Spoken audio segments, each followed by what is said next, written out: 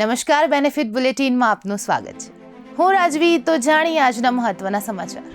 અમદાવાદના જાણીતા સોનલબેન ખાખરાવાળાની ફેક્ટરીમાં ભીષણ આગ. કલોલ સાંતેજ જીઆઈડીસીમાં આવેલા ગોડાઉનમાં આગ. ફાયર બ્રિગેડની 7 ગાડીઓ હાજર. દિવાળી પૂર્વેના દિવસોમાં વધુ સ્ટોકઅપ હોવાથી મોટું નુકસાન. જેસલમેરમાં એસી બસમાં આગ. 20થી વધુ લોકોના મોતની આશંકા.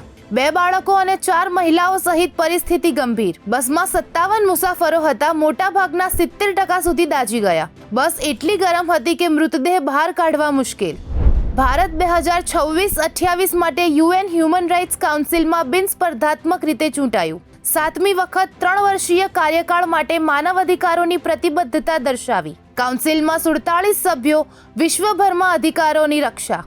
મેડાગાસ્કરમાં પાણી વીજળીના તકલીફ સામે જેન્ઝી યુવાનોનું આંદોલન શરૂ.